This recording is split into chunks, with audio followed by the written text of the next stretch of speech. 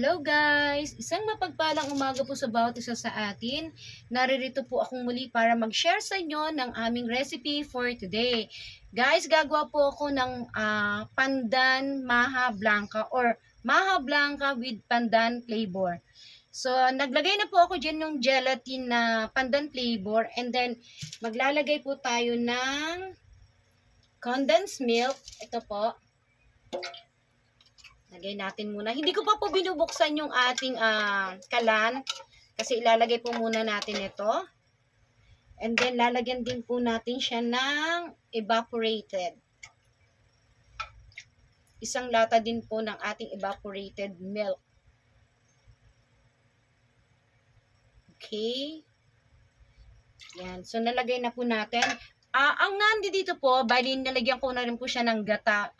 Sinukat ko po siya, may sariling sukat po akong ginagawa. Kumbaga, 1:3 po ang ginamit ko rito. So, halu-haluin po muna natin.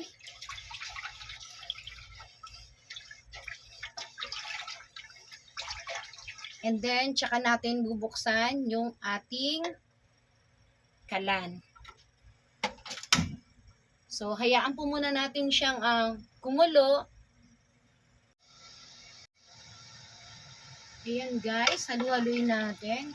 And then nilagay na rin po natin yung ating corn kernels. Yung mais po na nasa lata. Para additional din po ang lasa nito. Guys, ginawa ko po ito kasi birthday po nung anak ko. Paborito po nila itong maha blanca na ginagawa ko sa kanila. Every my birthday po. So guys, halu-haluin po muna natin. Yan. And then, pakuluan na po natin ulit.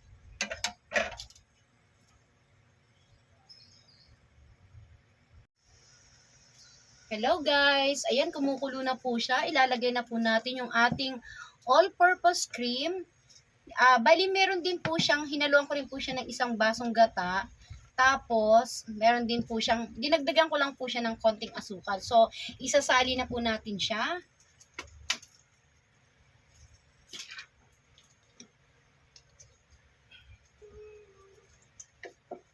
So, ayan guys, hahaluin na natin. Kasi mabilis na lang po ito kapag nahalo. So, hinaan po muna natin yung ating apoy. Haluin na lang po ng haluin to hanggang sa maluto po.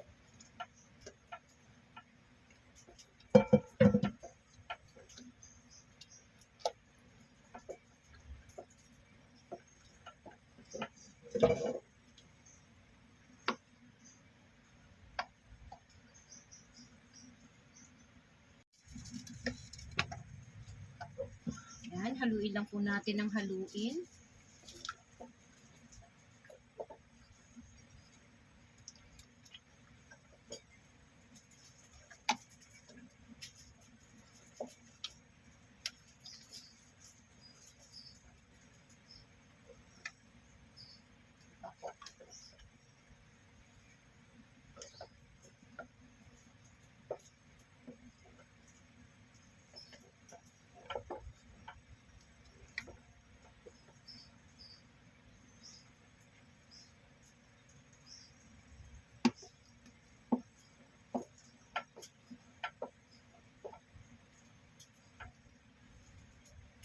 Ayan guys. Okay na po siya. Tikman po natin. Ang sarap po niya. So guys, sasali na po natin siya. A few moments later. Hello guys. Ito na po yung ating finished product. Ito po yung ating maha blanca with pandan flavor. Ayan po sila. Guys, kung matitikman nyo lahat, maamoy nyo, sobrang bango at sobrang sarap. Pinatikim ko na po sa aking anak kanina. So guys, ayan na po sila.